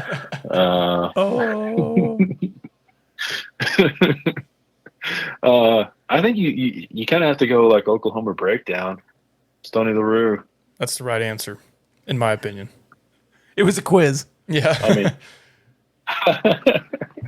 well, yeah, awesome. Let's or Boys from Oklahoma. You can go either way. We got to save that one for OU week. Yeah, there you go. Grab the edited version. Yeah, we don't want to get canceled. No. All right. Hey, thanks, Thomas. Yeah, for sure. We'll see y'all. See you later, man. Welcome back to the Discord mailbag. If you want to join the Discord, go to patreon.com/gamblingGauchos. The Discord mailbag brought to you by Diversified Lenders. Go to diversifiedlenders.com to figure out what they do. But if you need help paying your employees, if you need equipment, if you need to rent something for your business, like some big equipment, you can call them and they can get you squared away. Diversifiedlenders.com. Red Raider, owned and operated. First question off the Discord mailbag, a little bit of a deep cut. If you know, you know. If you're in the Discord, you know. Should BJ have started over Cliff? We're going to be able to ask BJ that, I think, soon. Hint, hint. I think the statute of limitations has passed. It's been 20 years. We tried to get him to say it on the last podcast. And I went back and looked because I always thought that BJ should have got another year. I went back and looked, and Cliff had 5,000 yards his senior year. I did not remember that. 100 total touchdowns. Threw for a lot of touchdowns too. So I don't know. I think maybe BJ thinks he should have, and hey, more power to him. I would too. And the season he had after that, the season BJ had after that, you might say, well, you could only imagine what BJ would have done with Cliff's senior season. So maybe so. BJ stayed put, waited his turn, right? Whether that was delayed or not, and was extremely successful. Yeah. And I'll ask him this. I'll ask him a pointed question. Why are you advocating that others don't do the same thing that was very successful for you? You set an NCAA record doing that. I don't know if you should have started. I was too young to. It's hard to argue with BJ's success, though, and think, like, surely if he could do that when he was 23, he could do it when he was 22. Right. But Cliff wasn't bad enough to make a change, though. Like, they just had two really good quarterbacks on the roster. Well, and something BJ said this week was when Sumlin and Cliff got to A&M, they had Johnny Manziel on the roster. He's a redshirt freshman, and they didn't wait around for him even though he wasn't ready. They just threw him out there. And maybe that's what you could do with Barron, but they had an NFL offensive line. And a lot of and Mike Evans. Mike Evans. And that's not something that Texas Tech has. So, Christian Kirk a little bit later. Yeah. Well, even like just that first year, you had Mike Evans, you had an NFL running back and an NFL offensive line with Jokel and the boys. So it was like, okay, I understand. And again, I said this today on the Rob Bro Show, KKM.com or Talk 1039 locally, 1 o'clock to 2 every day. You can think three things about this quarterback room at the same time. Like, it doesn't have to be, I think this and everything else is wrong. I thought Donovan was the right decision because of he had experience. You're having to come in for an injury. You didn't win the job, but you're going in because Shuck went down. And I think he's played good. 4-4 against all ranked opponents is better than any other quarterback since 2013. I'm going to push back on that. Houston happened to be ranked at the time, but lumping them in there as if they're a good team is a little bit disingenuous. Sure, and you were favored in that game. It was Iowa State ranked last year? Because they had already... Well, they were favored. Okay. And that's not... So the 5 straight ranked would be this year. Oh, okay. I thought you said he was 4-4 versus ranked teams. 4-4 against teams that he's played. Okay. All Power 5. Yeah. Okay. Johnny gets to come in against Group of 5.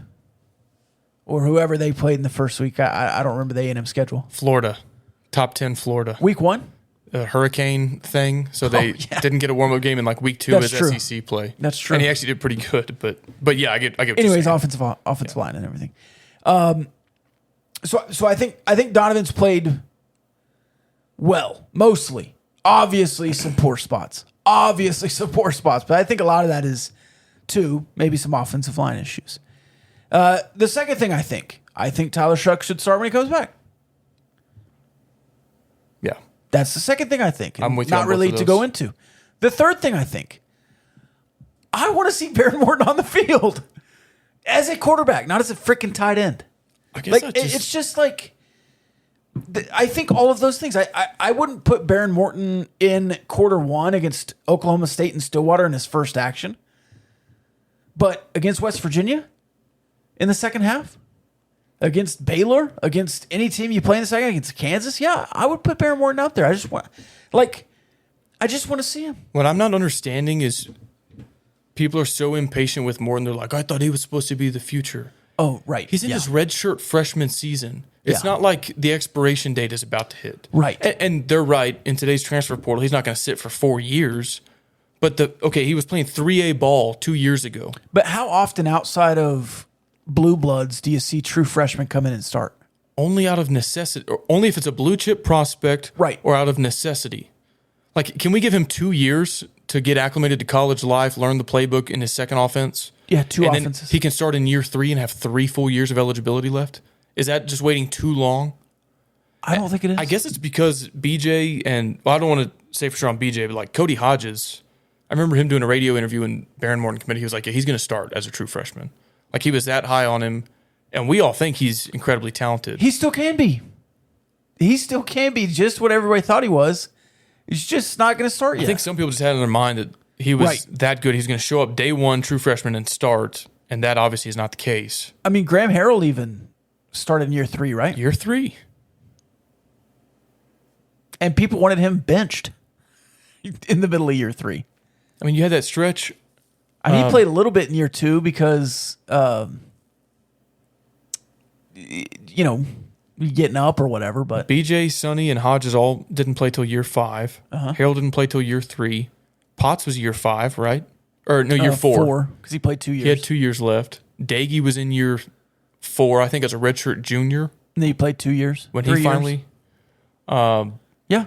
And then after that, out of necessity. Then you had to play true freshman. Michael Pruitt broke his back. You had a freshman scholarship and a freshman walk-on. Mm-hmm.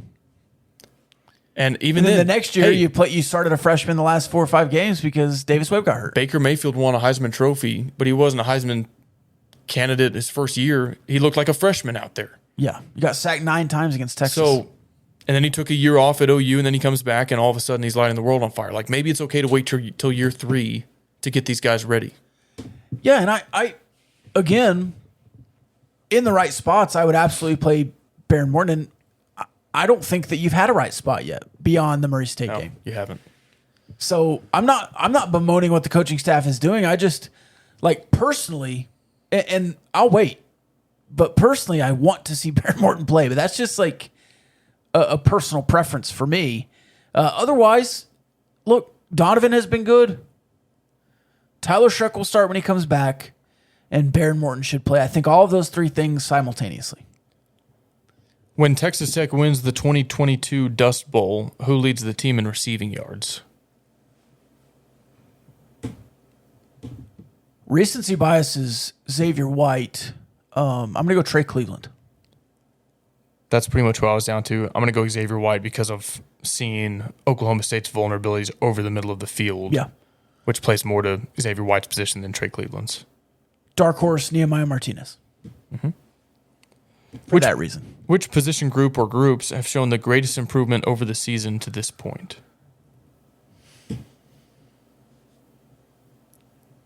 Defensive line. Linebacker. Doing a hot take? Mm-hmm. Nobody else has improved. As a whole. I think individual players have improved. But I don't think you look at a certain position group and say, wow, they have, transformed from beginning to end. Had you asked me after the Texas game, I would have said quarterback. Yeah. Might have even said offensive line, but then you just regressed so bad against Kansas State. Yep. That I think it was probably more of a one-off.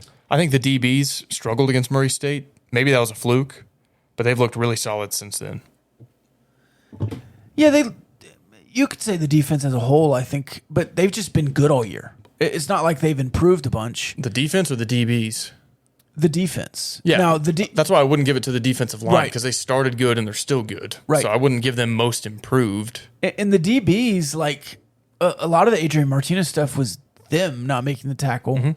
Mm-hmm. You really look at DBs as, passing and whatever else, but they also gave up a couple of bad touchdowns to. I mean, they completely lost the guy on the fake play the against NC State. And pretty much all their touchdowns have been blown coverages. I mean, they've completely missed on Xavier Worthy coming across the field. Yeah, and then even the first touchdown, the guy coming out of the backfield, you just completely forget about it, and that could have been a linebacker, but it is a little worrisome that you're so good on defense 87% of the time, and then 13% of the time you're just missing huge plays or getting gashed by Adrian Martinez. Which group, aside from the offensive line, needs to show out the most to give us the best chance against Xerox U? I would say defensive line because of the Spencer Sanders factor. Quarterback. Okay. Because you can't turn the ball over 7 times in 2 games and win. Yeah. And again, I know that the offensive line is an issue, and people think that absolves the quarterback of everything. I'd rather adjust expectations and say, okay, our starting point is that the offensive line is bad, so the quarterback needs to evade the rush, make adjustments. The play caller needs to make adjustments as well to put the quarterback in better spots. The receivers need to get open quicker, look quicker. I don't know, but you can't see the receivers all the time. But it sure looks like they're not looking back at Donovan until they're 6 or 7 yards down the field, even when you need 3. And with this offensive line, it just doesn't make sense. Like, you should be immediately looking for the ball on a slant. Who's your least favorite Big 12 ref? Whoever blew their whistle. Yeah, this weekend. All of them. All of them. I don't have a favorite. Power rank the picadors. Honestly, I would have done this had I seen it earlier and we didn't have so many. But now there's too many. Good cop-out. I would say of the OGs, that is my favorite. I really don't like but, the rest of them in between, I could go, any which way, I think. But there's definite top and bottom with those two.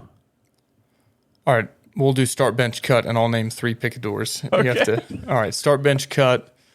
Matty. Chuck. And Bill Walton's kid. Ooh. Okay. I'm gonna start Chuck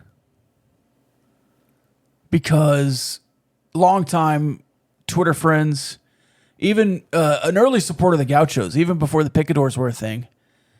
Not that the other two were late, but I also kind of want a cutting board for free. So I'm going to start him. What's funny is I met Chuck or was introduced to Chuck or maybe even just told about Chuck. That's not his name. Maybe a decade ago. And I didn't put the 2 and 2 together because one of my buddies did some work for him or something, like website work or something. Okay, so you're starting Chuck. Benching Matty because he's sensitive and I don't want to cut him. And then cutting Bill Walton's kid because he's not going to go to the Texas Rangers game with me tomorrow. Okay, so I've got a different answer. I'm starting Bill Walton's kid because he's partly my good luck charm. So the Houston game that I'm responsible for the win when I moved out of BJ's suite, we go on a 24-0 run. Went and sat with him? I was with him. So I have to give him credit for that. I'm cutting Matty because he's just such a liability. He's such a loose cannon. I can't be held responsible, right? That's my favorite part about him. Oh, I know. Like, you love it, but, a little too erratic for me. So, no hard feelings, Matty. More like Mateo no playo because he just got cut. And then I'm benching Chuck because he's eager, which is great. A lot of energy. But sometimes the energy guys, they need it reined in a little bit. So he's perfect off the bench. You take him in spurts. Like he's the hot tag spark in plug. Professional wrestling, yeah. Yeah, but I don't want to cut him, but I can't start him either. It's energy overload. So off the bench in spots is perfect. Cutting Matty, starting Bill Walton's kid. Final thoughts? So all 3 of those got a different answer on both of those. If you want us to start bench cut you, join the Parlay Picadors on Patreon. Terrified now. We're going to get a bunch of cancellations. Patreon.com/Gambling Gauchos. Thank you to our sponsors. Cardinals Sports Center, Regino Barbecue, Diversified Lenders. 2:30 kickoff in Stillwater. Big rivalry game. It looks like Dust Bowl is going to win the Twitter poll. I liked Red Dirt Rivalry. I didn't think it was a knockoff of Red River Rivalry. No. I still prefer it. I don't like Dust Bowl at all. But hey, let's go win the first ever Dust Bowl, 50th edition of this game. And let's keep the all-time series lead. I would hate to. That's a cool little star asterisk that you can say we've never trailed this. Now, if we do drop it, I'll say we've led for 92 out of 93 years of this, and then we'll get it back someday. Well, and let's look at the whole next decade where you're going to win, 8 out of 10. Look, yeah. Gundy can only keep it rolling for so long. You can only be in your best decade ever for so long. And Oklahoma State's been there for a decade and a half. Yeah. But we're coming out of ours, so we'll get them back. And if they don't want to make it a rivalry, they can go face off against Tulsa. It's either us or Tulsa. Face. Yeah. Face off. Yeah. Against Tulsa. It's us or Tulsa. So I hope it's us, and we'll have some Red Dirt music to play us out today. Love y'all. Love y'all. Breakdown, it sure do got you crying.